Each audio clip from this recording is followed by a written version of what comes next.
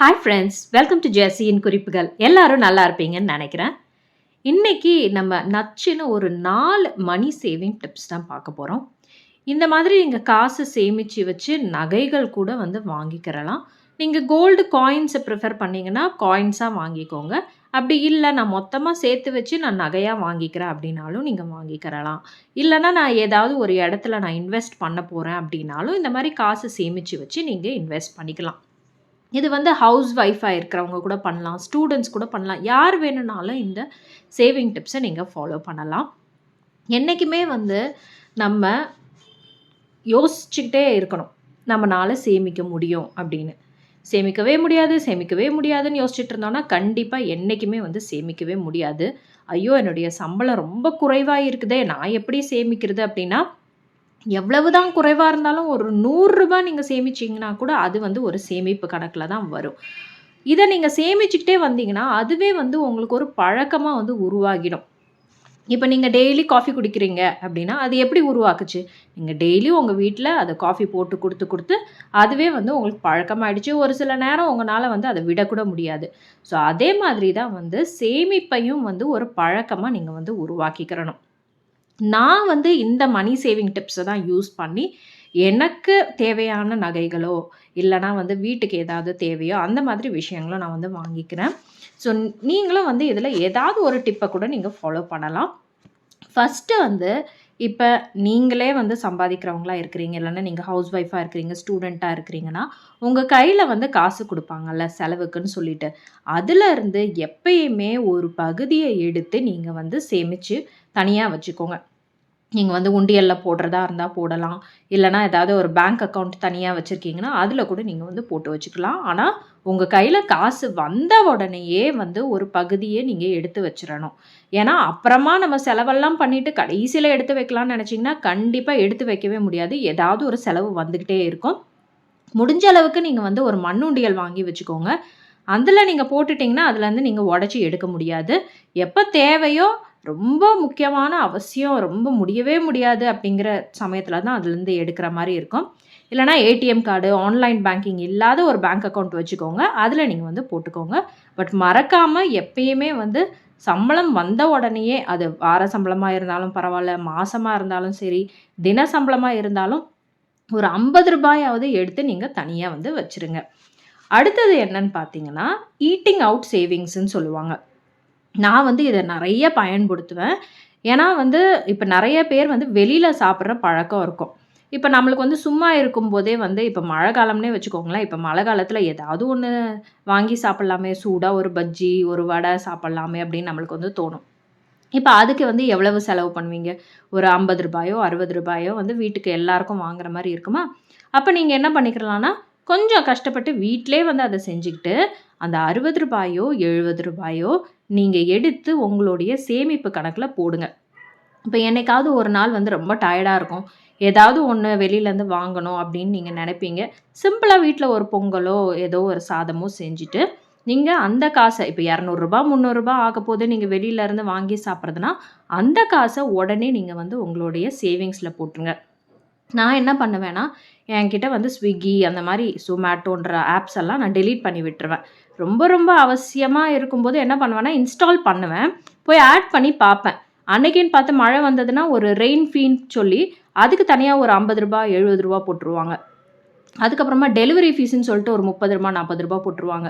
ஒரு ரூ. 50 இட்லியை நீங்கள் வாங்கணுன்னா ரூ. 150 கொடுக்கணும். அப்போ யாருக்கு நஷ்டம்? நம்மளுக்கு தான் நஷ்டம். அப்போ என்ன பண்ணிக்கலாம்னா, நம்ம வீட்டில் ஒரு தோசையோ ஏதோ ஒன்று சுட்டுட்டு அந்த காசை நீங்கள் என்ன பண்ணணும்னா எடுத்து உங்களுடைய சேமிப்பில் போட்டுருங்க. அது உண்டியலில் போடுறதா இருந்தாலும் சரி, இல்லைனா நான் சொல்ல மாதிரி பேங்க் அக்கௌண்ட்டில் இருந்தாலும் சரி, இந்த மாதிரி நீங்கள் சேமிக்க ஆரம்பிச்சிங்கன்னா நிறைய காசு மிச்சமாகும் உங்கள்கிட்ட. ஸோ 3வது விஷயம் என்னன்னு பார்த்தீங்கன்னா, நல்ல குவாலிட்டியான பொருட்களை கம்மியான விலையில் கிடைச்சதுன்னா கண்டிப்பாக அதை வாங்கிக்கோங்க.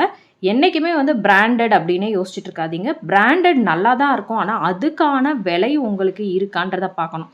பிராண்டட் அப்படின்னா அதுக்கு நிறைய அட்வர்டைஸ்மெண்ட்ஸ் பண்ணணும், பெரிய பெரிய ஷோரூம்ஸில் வச்சுருப்பாங்க, அதுக்கு ஏற்ற மாதிரி தான் அவங்க அதோடைய விலையும் போடுவாங்க. இப்போ சிம்பிளாக சொல்கிறேனே, நீங்கள் இப்போ ஒரு ஹார்பிக்கே நீங்கள் வாங்குறீங்க பாத்ரூம்க்குன்னா, ஹார்பிக் தான் வாங்கணும், அந்த பிராண்டு தான் வாங்கணும்னு அவசியமே கிடையாது. டாமெக்ஸ் தான் வாங்கணும் அப்படிங்கிற அவசியம் கிடையாது. அதை விட வந்து சீப்பான குவாலிட்டியில இல்லாத மாரி, ஆனா சீப்பான விலையில கிடைக்கிற மாரி நெறையா இருக்குது. இப்ப நானும் வந்து ஹார்பிக் தான் நெறைய வருஷமா யூஸ் பண்ணிட்டு இருந்தேன். எங்க வீட்ல வந்து ஹார்பிக் தான் ரொம்ப நல்லாருக்கும் அப்படின்னு நான் வந்து நெனச்சுக்கிட்டு இருந்தேன். அப்புறமா தற்செயலா ஒரு டைம் வந்து சரி சானி ஃப்ரெஷ் அப்படின்னு சொல்லிட்டு ஒரு பிராண்ட் இருக்கு. அப்புறம் பிபி ஹோம்ன்னு சொல்லிட்டு நான் பிக் பாஸ்கெட் சொல்லியிருக்கேன். நான் எப்பயுமே அதில தான் மளிகை ஜாமான் வாங்குவேன்னு. ஸோ அதில வந்து பிபி ஹோம்ன்னு சொல்லிட்டு தனியா அதுக்குன்னு ஒரு பிராண்ட் டாய்லெட் கிளீனர் இருக்கு. ஸோ இது 2ம் நான் யூஸ் பண்ணி பார்த்தேன். பரவால்ல. ஹார்பிக் அளவுக்கு அவ்வளவு ஸ்ட்ராங்கா இல்லனாலும், நம்மளுக்கு கிளீன் பண்றதுக்கு நல்லா இருக்குது. ஸோ கம்மியான விலையிலும் கிடைக்குது. இப்ப ஹார்பிக் பார்த்தீங்கன்னா, ஒரு 500 எம்எல் பாட்டில் வந்து கிட்டத்தட்ட ஒரு ரூ. 100. ஆனா இந்த பிபி ஹோம், சானி ஃப்ரெஷ் எல்லாம் பார்த்தீங்கன்னா, அத விட கொஞ்சம் குறைவான விலைக்கு கிடைக்கும். ஒரு ரூ. 60 அந்த மாரி. அப்போ உங்களுக்கு அதில காசு மிச்சம் தானே! அதே மாரி தான் ட்ரெஸ்லயும் சரி. நீங்க குவாலிட்டியா இருக்கிற மாரி பார்த்துக்கோங்க. விலை கம்மியா இருக்கிற மாரியும் பார்த்தீங்கன்னா, அதுலயும் நெறைய காசு உங்களுக்கு மிச்சமாகும். ஸோ லாஸ்ட் விஷயம் பார்த்தீங்கன்னா, உங்கள நீங்க க்ரூம் பண்ணிக்கிறதுல நீங்க கொஞ்சம் செலவ கம்மி பண்ணுங்க. நான் ரீசென்ட்டா வந்து Facebookல நீயா நானா பார்த்துக்கிட்டு இருந்தேன்.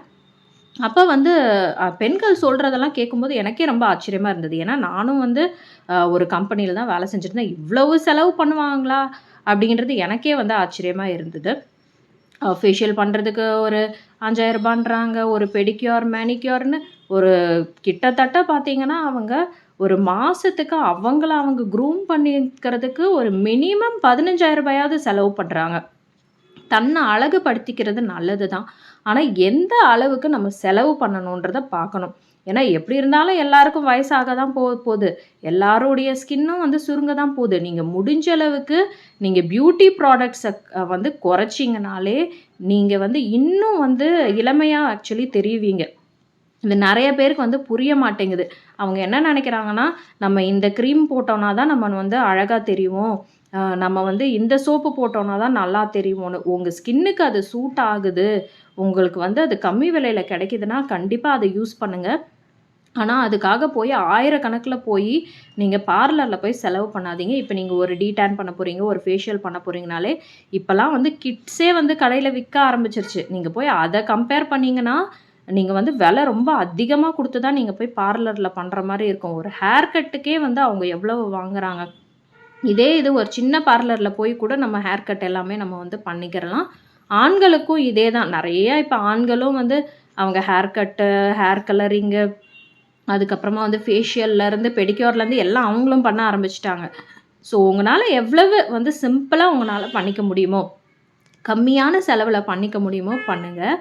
ஏன்னா, நீங்க வந்து நெனச்சுக்கிட்டு இருக்கலாம், நம்ம வந்து எப்படியும் வந்து நம்ம ஆஃபீஸ்க்கு போறோம், நம்ம ரொம்ப நல்லா இருக்கணும் அப்படின்னு. நீங்க எவ்வளவுக்கு எவ்வளவு சிம்பிளான ப்ராடக்ட்ஸ நீங்க யூஸ் பண்றீங்களோ, அவ்வளவுக்கு அவ்வளவு உங்க ஸ்கின்னு வந்து பாதிக்காம இருக்கும். சீக்கிரமா வந்து சுருக்கம் விழாது. எல்லாமே வந்து உங்களுக்கு நல்லதாவே அமையும். ஸோ அதுக்கேத்த மாதிரி நீங்க வந்து உங்களுடைய ஃபுட் இன்டேக் உங்களுடைய சாப்பிடுற சாப்பாடு நீங்க எவ்வளவு தண்ணி குடிக்கிறீங்களோ, அத பொறுத்து தான் வந்து உங்களுடைய முக அழகும் இருக்கும். ஸோ அத நீங்க வந்து கவனிச்சுக்கோங்க. இந்த க்ரூமிங்க்காக வந்து நெறைய நீங்க வந்து செலவு பண்ணாதீங்க. இதுல நீங்க நெறைய காசு மிச்சம் பண்ணலாம். ஒரு மாசத்துக்கு நீங்க வந்து ஒரு ரூ. 500 செலவு பண்றீங்க, ரூ. 1000 செலவு பண்றீங்கன்னா, உங்களுடைய வருமானத்துக்கு ஏத்து நீங்க வந்து பார்த்துக்கோங்க. அதுக்காக நீங்க ஒரு ரூ. 3000, ரூ. 4000, ரூ. 5000 அந்த மாரி செலவு பண்றவங்களா இருந்தீங்கன்னா, கண்டிப்பா வந்து உங்ககிட்ட வந்து காசு நிக்காது. ஸோ அதையும் வந்து பார்த்துக்கோங்க. ஸோ நான் வந்து இந்த 4 மெத்தட்ல தான் எனக்கு தேவையான விஷயங்கள நான் வந்து வாங்கிக்கிறேன். நான் ஏற்கனவே சொல்லியிருக்கேன். கோல்டு காயின் ரீசென்ட்டா வந்து ஒரு 4 கிராம் கோல்டு காயின் வாங்கியிருந்தேன்னும் சொல்லியிருந்தேன். இந்த மெத்தட்ஸ ஃபாலோ பண்ணி தான் நான் வந்து அந்த கோல்டு காயினே வாங்குனேன். எனக்கும் வந்து மாசம் மாசம் ஒரு ரூ. 5000 வந்து ரெடியா எனக்கு யாரும் குடுக்கல. அத வச்சு நான் பண்றதுக்கு, இந்த மாரி வந்து சாப்பிடுறதுல மிச்சம் பண்ணி, அப்புறமா வந்து இந்த மாரி ஏதாவது க்ரூமிங்கில மிச்சம் பண்ணி, இந்த மாரி ஒரு சில விஷயங்கள் வந்து மிச்சம் பிடிச்சு தான் வந்து நம்ம காசு சேமிக்க முடியும். ஸோ நீங்களும் வந்து இத கண்டிப்பா வந்து ஃபாலோ பண்ணி பாருங்க. நான் நெறைய கோல்டு சேவிங் டிப்ஸ் கூட வந்து போட்டிருக்கேன். கண்டிப்பா போய் இந்த சேனல்ல மணி ரிலேட்டட் பிளேலிஸ்ட்ல செக் பண்ணி பாருங்க. நீங்க இன்வெஸ்ட்மென்ட் பண்றீங்க ஒரு லாங் டைமுக்கு அப்டின்னா, பிபிஎஃப்பும் செல்வ மகள் சேமிப்பு திட்டம் உங்களுக்கு பெண் குழந்தைங்க இருந்தாங்கன்னா, கண்டிப்பா அதில இன்வெஸ்ட் பண்ணி வைங்க. காம்பவுண்ட் இன்ட்ரெஸ்ட் குடுக்குற ரொம்ப கம்மியான ஸ்கீம்ஸ் தான் இருக்கு. அதில இதுவும் ஒண்ணு. ஸோ பெண் குழந்தைகள் வச்சிருக்கிறவங்க மறக்காம எஸ்எஸ்ஒய்ல போய் இன்வெஸ்ட் பண்ணுங்க. ஏன்னா ரொம்ப ரொம்ப குறைவு. அந்த எஸ்எஸ்ஒய் உடைய லிங்க்கையும் நான் டிஸ்கிரிப்ஷன் பாக்ஸில் கொடுக்குறேன். அதை போய் செக் பண்ணி பாருங்கள். பிபிஎஃப் உடைய லிங்க்கையும் நான் டிஸ்கிரிப்ஷன் பாக்ஸில் கொடுக்குறேன். போய் செக் பண்ணி பாருங்கள்.